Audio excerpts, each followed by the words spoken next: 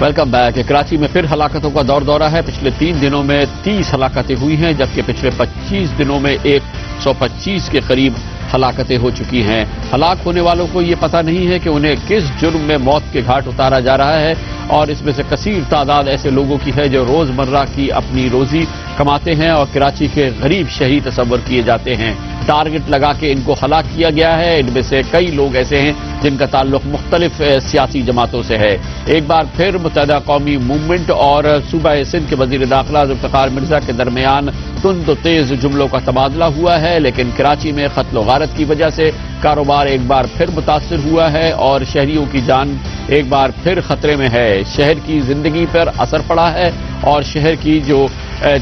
رونق ہوتی ہے وہ ایک بار پھر متاثر نظر آتی ہے۔ تازہ ترین صورتحال کے بارے میں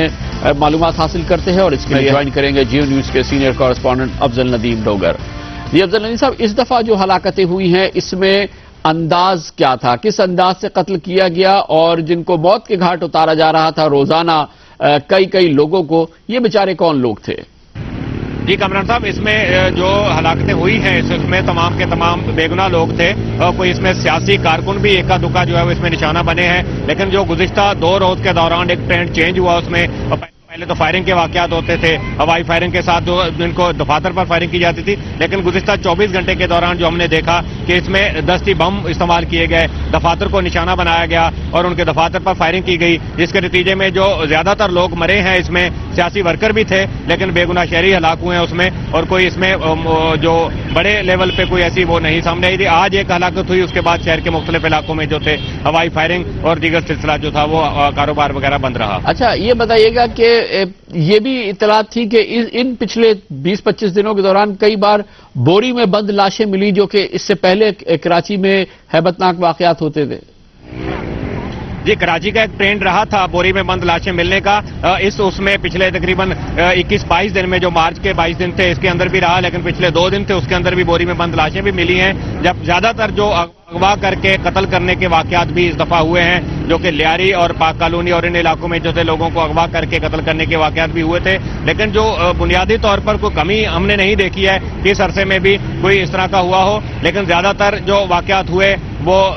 عموماً فائرنگ کے واقعات ہوئے یا دستی بم۔ افضل یہ بتائیے گا کہ کراچی میں پولیس میں اعلیٰ سطح پر تبدیلی کی گئی ہے، کراچی پولیس کے سربراہ کو جن صاحب کو بنایا گیا ہے ان کی پروفیشنل انٹیگریٹی بہت اچھی سمجھی جاتی ہے کہ پیشہ ور افسر اور ایماندار افسر سمجھے جاتے ہیں۔ سعود مرزا، آج کچھ گرفتاریوں کی بھی اطلاعات آئی ہیں ٹارگٹ کلنگ کے حوالے سے، یہ کون لوگ ہیں اور کس علاقے میں انہوں نے ٹارگٹ کلنگز کی تھی؟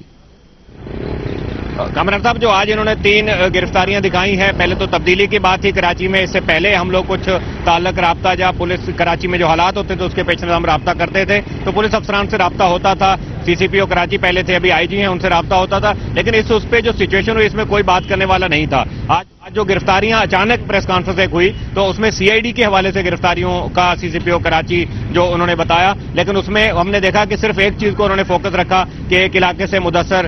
چیف جو تھے ان کے گینگ کے لوگوں کو پکڑا، جبکہ مدثر چیف خود گرفتار ہو چکے، ان کے ساتھی گرفتار ہو چکے، اس کے بعد بھی کوئی ایسی سچویشن اس علاقے میں پہلوان گوٹ یا گلستان جوہر یا سچل کے علاقے دیکھنے میں نہیں آئی۔ اب 3 لوگ اور گرفتار دکھائے، گو کہ پتہ چلا ہے کہ وہ پہلے سے ان کی کسٹڈی میں تھے، لیکن بہرحال اگر پورے شہر کے حوالے سے سی سی پی او کراچی پورے شہر کے ہیں، وہ کسی ایک اس کے نہیں ہیں، شہر میں جو ٹارگٹ کلنگ یا دیگر واقعات ہوئے ہیں اس میں کوئی گرفتاری پچھلے تقریباً 20 دن کے دوران کوئی نظر میں نہیں آئی۔ بہت شکریہ افضل ندیم ہمارے ساتھ تھے۔ کراچی میں ٹارگٹ نشانہ لگا کے لوگوں کو قتل کرنا پہلی بار نہیں ہو رہا ہے، پچھلے 2 سالوں سے ہم دیکھ رہے ہیں کہ مسلسل ہر 2-3 مہینے بعد واقعات ہوتے ہیں جس میں ایوریج 50-60 لوگوں کو ہلاک کر دیا جاتا ہے۔ ایک بار پھر یہ ہلاکتیں ہوئی ہیں، پچھلے 3 ہفتوں کے دوران 125 افراد جاں بحق ہوئے ہیں اور نشانہ بنے ہیں کراچی کے معصوم، انتہائی معصوم اور ایسے لوگ جن کو غریب ترین کہا جا سکتا ہے۔ کراچی میں کون ہلاک ہوتا ہے، اس ٹارگٹ کلنگ کا شکار کون ہوتا ہے، اس پر ایک خصوصی رپورٹ ترتیب دی ہے ہمارے نمائندہ خصوصی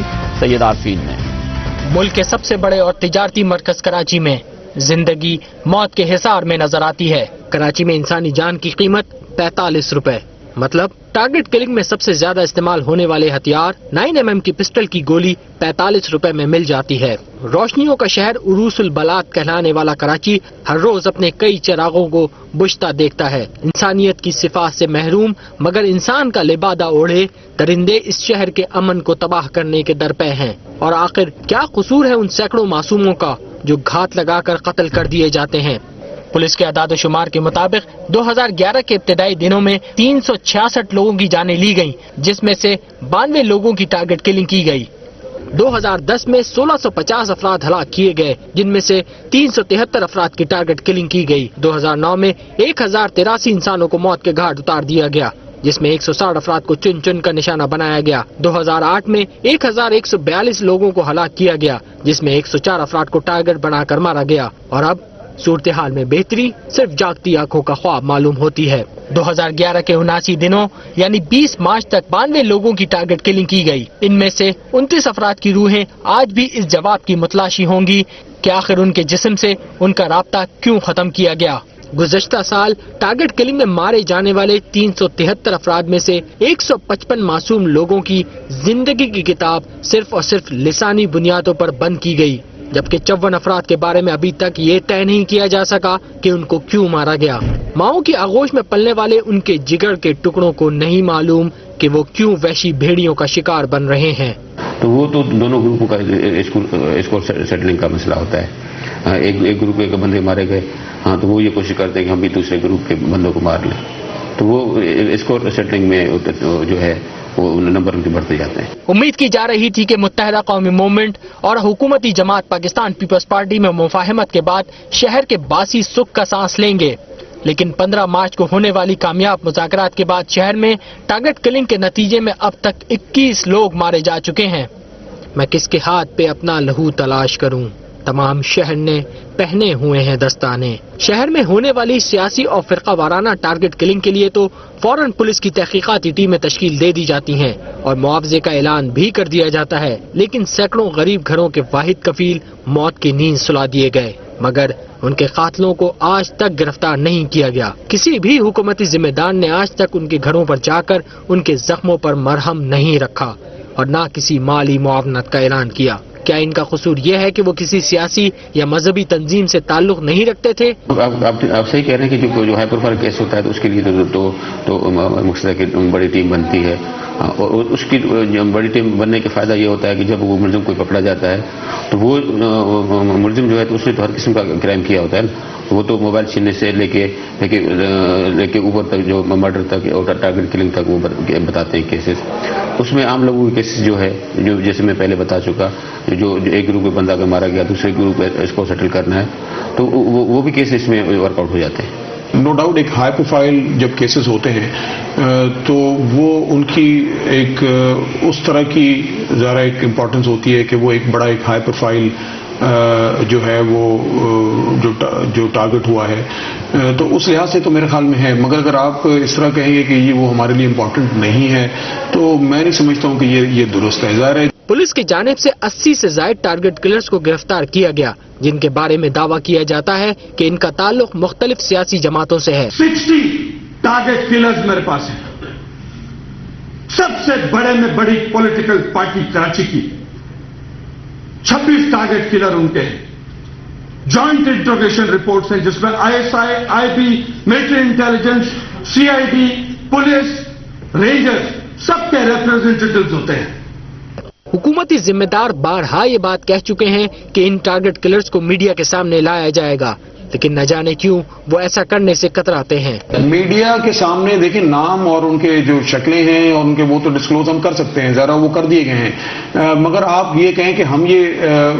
حتمی طور پہ ڈیسائیڈ کر لیں کہ ہم ان کا جو ہے وہ آپ کو ہم ایک ڈسکلوز کر دیں، تو میرے خیال میں جب ایک چیز جو ہے کورٹ میں جب چلی گئی ہے اور جب ان کے چلان پیش ہو گئے ہیں تو میرے خیال میں لیٹ دا کورٹس ڈیسائیڈ کہ یہ کیا ان کے مقاصد تھے کہ انہوں نے یہ کرائم کیا۔ شہر میں لاقانونیت حکومت کے منہ پر تماچا ہے، جبکہ پولیس کے اعلی افسران کی سیاسی سفارشوں پر تعیناتی کے بعد ان کا اولین مقصد تو صرف اپنے آقاؤں کی حکم کی تعمیل ہوتا ہے۔ عام شہری کے ساتھ کیا ہوتا ہے یہ ان کے فرائض کی کتاب میں نہیں۔ پروگرام آج کامران خان کے ساتھ کے لیے کیمرامین احمد علی شاہ کے ہمراہ سید عارفین، جیو نیوز، کراچی۔